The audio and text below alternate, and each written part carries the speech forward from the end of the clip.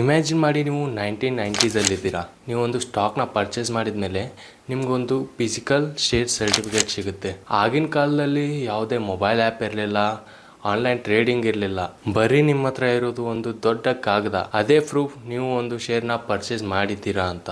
ಆದರೆ ಇದರಿಂದ ತುಂಬಾನೇ ಪ್ರಾಬ್ಲಮ್ ಆಗ್ತಿತ್ತು. ಒಂದ್ಸಲ ಸರ್ಟಿಫಿಕೇಟ್ ಹರಿದೋದ್ರೆ ಇನ್ನೊಂದ್ಸಲ ಕಳ್ಳರು ಸರ್ಟಿಫಿಕೇಟ್ನ ಕಳ್ತನ ಮಾಡ್ತಿದ್ರು. ಕೆಲವರಂತೂ ಫೇಕ್ ಸರ್ಟಿಫಿಕೇಟ್ ಮಾಡ್ಕೊಂಡು ಕಂಪ್ನಿ ಮುಂದೆ ಹೋಗಿ ನಿಂತ್ಕೊಂಡ್ ಬಿಡ್ತಿದ್ರು. ಇದರಿಂದ ತುಂಬಾನೇ ಸ್ಕ್ಯಾಮ್ಗಳಾಗ್ತಿತ್ತು. ಗೌರ್ಮೆಂಟ್ ಕೂಡ ಇಂಡಿಯನ್ ಸ್ಟಾಕ್ ಮಾರ್ಕೆಟ್ಗೆ ಒಂದು ಸೇಫ್ ಡಿಜಿಟಲ್ ಸಿಸ್ಟಮ್ನ ಇಂಟ್ರೊಡ್ಯೂಸ್ ಮಾಡಬೇಕಂತ ಯೋಚನೆ ಮಾಡ್ತಿತ್ತು. ಅದೇ ರೀತಿ 1996 ಇಂಡಿಯನ್ ಸ್ಟಾಕ್ ಮಾರ್ಕೆಟ್ಗೆ ಡಿಮ್ಯಾಟ್ ಅಕೌಂಟ್ ಇಂಟ್ರೊಡ್ಯೂಸ್ ಆಗುತ್ತೆ. ಸೊ ಇಲ್ಲಿಂದ ಜನರಿಗೆ ಶೇರ್ನ ಪರ್ಚೇಸ್ ಮಾಡಿದ್ಮೇಲೆ ಶೇರ್ ಸರ್ಟಿಫಿಕೇಟ್ ಸಿಗೋದಿಲ್ಲ.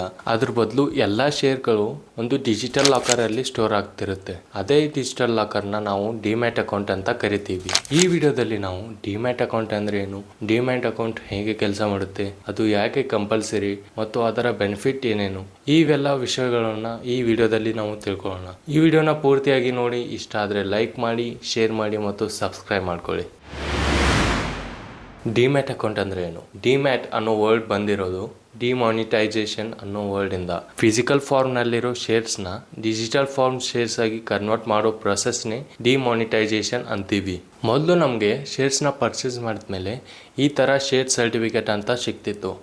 ಆದರೆ ಈಗ ಅದೆಲ್ಲ ಡಿಜಿಟಲ್ ಫಾರ್ಮ್ ಆಗಿ ಕನ್ವರ್ಟ್ ಆಗಿದೆ. ಸೊ ಸರಳವಾಗಿ ಹೇಳೋದಾದ್ರೆ ಬ್ಯಾಂಕ್ ಅಕೌಂಟ್ ದುಡ್ಡನ್ನ ಸ್ಟೋರ್ ಮಾಡುತ್ತೆ, ಹಾಗೆ ಡಿಮ್ಯಾಟ್ ಅಕೌಂಟ್ ಶೇರ್ಸ್ನ ಸ್ಟೋರ್ ಮಾಡುತ್ತೆ. ಆ್ಯಂಡ್ ನಾವು ಡಿಮ್ಯಾಟ್ ಅಕೌಂಟ್ ಯಾಕೆ ಬೇಕು? ನೀವು ಇಂಡಿಯನ್ ಸ್ಟಾಕ್ ಮಾರ್ಕೆಟಲ್ಲಿ ಇನ್ವೆಸ್ಟ್ ಮಾಡಬೇಕಂದ್ರೆ ಡಿಮ್ಯಾಟ್ ಅಕೌಂಟ್ ಕಂಪಲ್ಸರಿ. ಇದರಿಂದ ತುಂಬಾ ಇಂಪಾರ್ಟೆಂಟ್ ರೀಸನ್ಗಳಿವೆ. ದ ಫಸ್ಟ್ ರೀಸನ್ ಬಂದ್ಬಿಟ್ಟು ಸೇಫ್ಟಿ. ಹಿಂದೆ ಶೇರ್ ಸರ್ಟಿಫಿಕೇಟ್ಸ್ ಇದ್ದಾಗ ಶೇರ್ ಪೇಪರ್ ಕಳೆದೋಗುವುದು ಒಂದು ಕಾಮನ್ ಥಿಂಗ್ ಆಗಿತ್ತು. ಇವತ್ತು ಶೇರ್ ಡಿಜಿಟಲ್ ಆಗಿರೋದ್ರಿಂದ ನಾವು ಸೇಫ್ ಆಗಿ ಶೇರ್ನ ಸ್ಟೋರ್ ಮಾಡಬಹುದು. ಎರಡನೇ ರೀಸನ್ ಬಂದ್ಬಿಟ್ಟು ಸ್ಪೀಡ್. ಮೊದಲು ನಿಮಗೆ ಶೇರ್ ಟ್ರಾನ್ಸ್ಫರ್ ಆಗ್ಬೇಕಂದ್ರೆ ವಾರ ಅಥವಾ ತಿಂಗಳುಗಳ ಹೊತ್ತೆ ಆಗ್ತಿತ್ತು. ಆದ್ರೆ ಇವತ್ತು ನೀವು ಒಂದು ಶೇರ್ನ ಪರ್ಚೇಸ್ ಮಾಡಿದ್ರೆ ಅದು ಒಂದೇ ದಿನದಲ್ಲಿ ನಿಮ್ಮ ಡಿಮ್ಯಾಟ್ ಅಕೌಂಟ್ಗೆ ಬಂದು ಬೀಳುತ್ತೆ. ಮೂರನೇ ರೀಸನ್ ಬಂದ್ಬಿಟ್ಟು ಕನ್ವೀನಿಯನ್ಸ್. ಈಗ ನೀವು ನಿಮ್ಮ ಮೊಬೈಲ್ ನಲ್ಲಿಯೇ ನಿಮ್ಮ ಪೋರ್ಟ್ಫೋಲಿಯೋನ ನೋಡಬಹುದು. ಯಾವ ಶೇರ್ ಎಷ್ಟಿದೆ, ಯಾವುದು ಪ್ರಾಫಿಟ್ ನಲ್ಲಿದೆ, ಯಾವುದು ಲಾಸ್ ಮಾಡ್ತಿದೆ, ಇವೆಲ್ಲ ನಿಮಗೆ ಇನ್ಸ್ಟಂಟ್ ಆಗಿ ಗೊತ್ತಾಗುತ್ತೆ. ಸೊ ನಾವು ಡಿಮ್ಯಾಟ್ ಅಕೌಂಟ್ ಹೇಗೆ ಕೆಲಸ ಮಾಡುತ್ತೆ? ಡಿಮ್ಯಾಟ್ ಸಿಸ್ಟಮ್ ಅಲ್ಲಿ ಇಂಪಾರ್ಟೆಂಟ್ ಆಗಿ 3 ಪ್ಲೇಯರ್ಸ್ ಗಳಿದ್ದಾರೆ. ಮೊದಲನೇದು ಬಂದ್ಬಿಟ್ಟು ಡಿಪಾಸಿಟರಿ, ಶೇರ್ನ ಸ್ಟೋರ್ ಮಾಡೋ ಒಂದು ಆರ್ಗನೈಸೇಷನ್ಸ್. ಇಂಡಿಯಾದಲ್ಲಿ 2 ಡಿಪಾಸಿಟರೀಸ್ ಇದೆ. ಮೊದಲನೇದು NSDL ಅಂದ್ರೆ ನ್ಯಾಷನಲ್ ಸೆಕ್ಯೂರಿಟೀಸ್ ಡಿಪಾಸಿಟರಿ ಲಿಮಿಟೆಡ್. ಮತ್ತೊಂದು ಬಂದ್ಬಿಟ್ಟು CDSL central depository service limited. ಇವೆಲ್ಲ ಶೇರ್ನ ಡಿಜಿಟಲ್ ಫಾರ್ಮ್ ಅಲ್ಲಿ ಸ್ಟೋರ್ ಮಾಡ್ಕೊಂಡಿರುತ್ತೆ. ಎರಡನೇ ಪ್ಲೇಯರ್ಗೆ ನಾವು ಡಿಪಾಸಿಟರಿ ಪಾರ್ಟಿಸಿಪೆಂಟ್ ಅಂತ ಕರಿತೀವಿ. ನೀವು ಡೈರೆಕ್ಟ್ ಆಗಿ NSDL CDSL ನಲ್ಲಿ ಅಕೌಂಟ್ ಓಪನ್ ಮಾಡೋಕ್ಕಾಗಲ್ಲ. ನೀವು ಒಂದು ಬ್ರೋಕರ್ ನ ಮೂಲಕ ಅಕೌಂಟ್ ನ ಓಪನ್ ಮಾಡಬಹುದು. ಆ ಬ್ರೋಕರ್ ನ ನಾವು ಡಿಪಾಸಿಟರಿ ಪಾರ್ಟಿಸಿಪೆಂಟ್ ಅಂತ ಕರಿತೀವಿ. For example Zerodha, Groww, Angel One, Upstox ಇವೆಲ್ಲವೂ ಇನ್ವೆಸ್ಟರ್ ಮತ್ತು ಡಿಪಾಸಿಟರಿಯ ನಡುವೆ ಒಂದು ಮಿಡಲ್ ಮ್ಯಾನ್ ಆಗಿ ಕೆಲಸ ಮಾಡುತ್ತೆ. ಮೂರನೇ ಪ್ಲೇಯರ್ ಬಂದ್ಬಿಟ್ಟು NSE ಮತ್ತು BSE.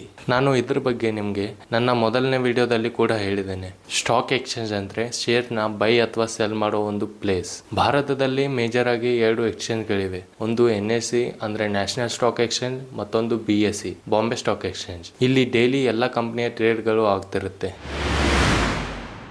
ಸೊ ನಾವು ಡಿಮ್ಯಾಟ್ ಅಕೌಂಟ್ ಅಲ್ಲಿ ನಾವು ಏನೇನು ಸ್ಟೋರ್ನ ಮಾಡಬಹುದು? ಇದು ಬಹಳ ಜನರಿಗೆ ಡೌಟ್ ಇರುತ್ತೆ. ನಾವು ಡಿಮ್ಯಾಟ್ ಅಕೌಂಟ್ ಅಲ್ಲಿ ಬರೀ ಸ್ಟಾಕ್ ನ ಮಾತ್ರ ಸ್ಟೋರ್ ಮಾಡಬಹುದಾ ಅಥವಾ ಬೇರೆ ಏನಾದ್ರೂ ಸ್ಟೋರ್ ಮಾಡಬಹುದಾ? ನೀವು ನಿಮ್ಮ ಡಿಮ್ಯಾಟ್ ಅಕೌಂಟ್ ಅಲ್ಲಿ ಹಲವಾರು ತರದ ಇನ್ವೆಸ್ಟ್ಮೆಂಟ್ ಗಳನ್ನ ಸ್ಟೋರ್ ಮಾಡಬಹುದು. For example stocks, mutual funds, ETFs, bonds and government securities. ಅಂದ್ರೆ ನೀವು ಎಲ್ಲ ತರದ ಇನ್ವೆಸ್ಟ್ಮೆಂಟ್ ನ ಡಿಮ್ಯಾಟ್ ಅಕೌಂಟ್ ನಲ್ಲಿ ಸ್ಟೋರ್ ಮಾಡಬಹುದು.